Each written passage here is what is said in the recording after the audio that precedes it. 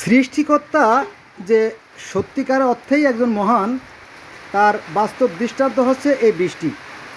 দেখেন, এই বৃষ্টির ভিতরে কত নোংরা জীবজন্তু আছে, যেমন জোক আছে, ঘুগরি পোকা আছে, মশা আছে, মাছি আছে, পিঁপড়ে আছে, উল্লা আছে, ঢেল্লা আছে, প্রজাপতি আছে, ফড়িং আছে, তাই না?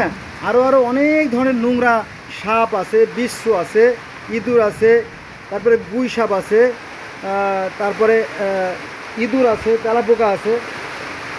তো দেখেন, এই বৃষ্টি এই বৃষ্টি যদি না নামতো, এই বৃষ্টি না নামলে এই ঘাসগুলো জন্ম হতো না।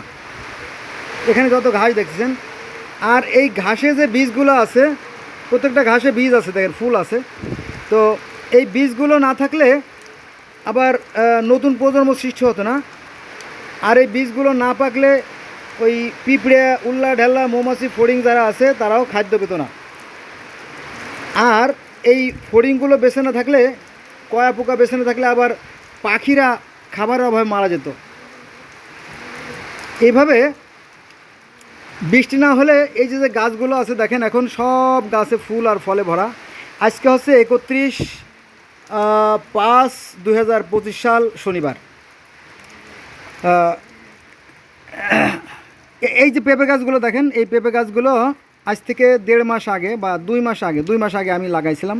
এই যে পেঁপে গাছগুলো দেখেন, এই পেঁপে গাছগুলোকে আমি পানি দিতে পারি নাই। হ্যাঁ, পানি না দিলে এই গাছগুলো বাঁচতো না। পানি না দিলে এই গাছগুলো বাঁচতো না। এর মধ্যে অলরেডি কয়েকবার বৃষ্টি হয়ে গেছে, আপনারা জানেন। গত 29 তারিখে প্রচণ্ড বৃষ্টি হয়েছে, ঝড় হয়েছে। এবং এখানে যত ঘাস আছে, কত কোটি কোটি, কত মিলিয়ন, বিলিয়ন, ট্রিলিয়ন সংখ্যার যে এই বীজ এই শরীরে আছে, এই ঘাসেরগুলো, এগুলো আমি বলতে পারবো না, কারণ এখানে আরও আছে। সব জায়গা অনন্ত কোটি এই যে প্রাণের উৎস, তাই না? আবার এদের কিন্তু শত্রুও আছে। যেমন এই যে ঘাসগুলো আছে, প্রত্যেকটা ঘাসের পাতাগুলো পোকে খাইছে। আবার এখানে কবুতর আছে, দেখেন কবুতরেরও শত্রু আছে। এই যে ইঁদুর, এই দেখেন ইঁদুর, এই যে ইঁদুর, এই যে ইঁদুর, ইঁদুরেরা এই খাবার, উদ্ভিষ্ট খাবারগুলো খেতে আসে। এই এই এই যে এই এই এই যে এই ইঁদুরেরা, হ্যাঁ। আবার এই ইঁদুরেরা আবার কবুতরেরও ক্ষতি করে, কবুতরের গায়ে ঠোকর মারছে, এরকম তো আর কি। তো সবারই শত্রু আছে জগতে, সবারই শত্রু আছে। শত্রু বললে ভুল হবে, কারণ পরস্পর পরস্পর নির্ভরশীল হয়ে বেঁচে থাকে। যেমন আমরা এই ঘাসগুলো খাই। এই যে ব্যাগ দেখছেন না, এই যে ব্যাগ, এই ব্যাগের ভিতরে কি আছে? কুমড়া আছে, তারপর ভেন্ডি আছে, কি কি আছে আমি দেখাই। এটারে কুমড়া আছে, দেখেন কুমড়া, এগুলো মানুষেরা খায়। এই যে সবজিগুলো দেখেন, কোমল ডাঁটা, কুমড়া ডাঁটা, এগুলো মানুষেরা খায়।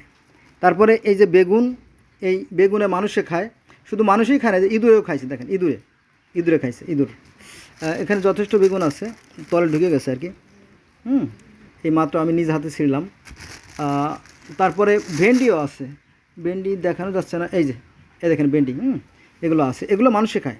তার মানে কি, এই যে বৃষ্টির কারণে যে ফসলগুলো মাটিতে জন্মাচ্ছে, এগুলো পিঁপড়ে, এখানে পিঁপড়েও আছে, দারুণ ব্যাপার। দেখেন এই যে এখানে পিঁপড়েও আছে, এই দেন এর শরীরে পিঁপড়ে আছে। পিঁপড়েরা পালাই যাচ্ছে যদি আমার দেখে দেখে। এখানে পিঁপড়ে দেখেন, পোকা আছে, দেখেন পিঁপড়ে আছে, পোকা আছে, দেখেন ভালো করে লক্ষ্য করে দেখা যাবে। ওই ওই ওই দেখেন, ওই যে এই যে এই যে এই যে এই যে অনেক রকমের পোকা এই ঘাসের মধ্যে ছিল আর কি। তো এই সবাই বেঁচে আছে পরস্পরের উপরে পরিপূরক হয়ে। মানে একটা পোকা আরেকটা খায়, আরেকটা খায়, আরেকটা খায়, এভাবে।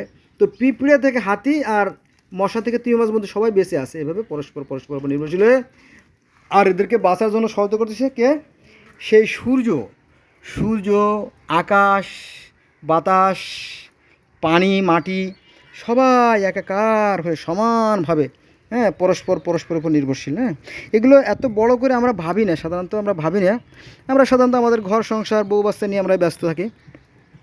তো আমরা যদি একটু বড় করে ভাবতাম, তাহলে বোধহয় আমাদের মধ্যে ওই হিংসা, বিদ্বেষ, দ্বন্দ্ব কিছুই থাকতো না। ও মা গো, বৃষ্টি নামে, দেখেন। এখান থেকে ঘাস দেখেন, এই ঘাসগুলো কেটে নিয়েছে। এই যে ওই যে ফাঁকা যে জায়গাগুলো দেখা যাচ্ছে, এই ঘাসগুলো কেটে নিয়েছে গরুর জন্য, ছাগলের জন্য, এপাশে যারা বসবাস করে তারা। আর এখানে প্রচুর পরিমাণে অনেক রকমের তরকারি ফলতেছে, বেগুন, মূলো, কফি, ভেন্ডি, এখানে আছে আপনার কি বলবো এটা, এটা হচ্ছে আপনার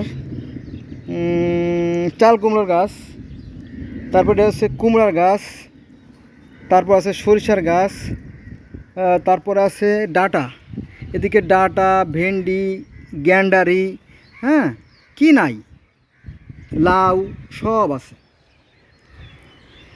সব আছে। সবাই পরিপূরক হয়ে বসবাস করছে। এখানে নতুন করে আবার বেগুনের চারা জন্মাচ্ছে। এই যে মানে সব আমাদের প্রকৃতিতে যে সমস্ত জীবজন্তু আছে, মশা, মাছি, উল্লা, ডেল্লা, ফড়িং, পিঁপড়া, প্রজাপতি, ছাগল, গরু, ভেড়া, টার্কি মুরগিতেও ঘাস খায়, সবার খাদ্য সেই একই বিধাতার নির্দেশে সৃষ্টি হচ্ছে। এটা বড় বিশাল ব্যাপার, এগুলো আমরা এভাবে বড় করে এগুলো ভাবি না। আর সৃষ্টিকর্তা, এই দেখেন এই যে কবুতর, ও সরি কবুতর না, বড় মাপের ঘুঘু, এই যে বিশাল মাপের ঘুঘু এসে বসলো। এই যে পাখিরা আসতেছে এখন, শালিক পাখি, তারপরে ঘুঘু পাখি, তারপরে কাক পাখি, এরা সবাই কিন্তু আপনার বাচ্চা দিচ্ছে, ডিম দিচ্ছে, ডিম দিচ্ছে। প্রকৃতিতে এক মহা কর্মযজ্ঞ চলতেছে। সৃষ্টিকর্তা পৃথিবীর প্রত্যেকটা মানুষকে সমানভাবে ভালোবাসেন। আর পৃথিবীর প্রত্যেকটা অর্থাৎ 800 বা 900 কোটি মানুষ যাই পৃথিবীতে আছে, সবার জন্য তিনি সমানভাবে আপনার করেন, আলো বাতাস বিতরণ করতেছেন। সে ব্যাপারে কোনো সন্দেহ নাই। যদি সন্দেহ থেকে থাকে আপনি যাচাই করে নিয়েন। আমি আসি, আল্লাহ হাফেজ।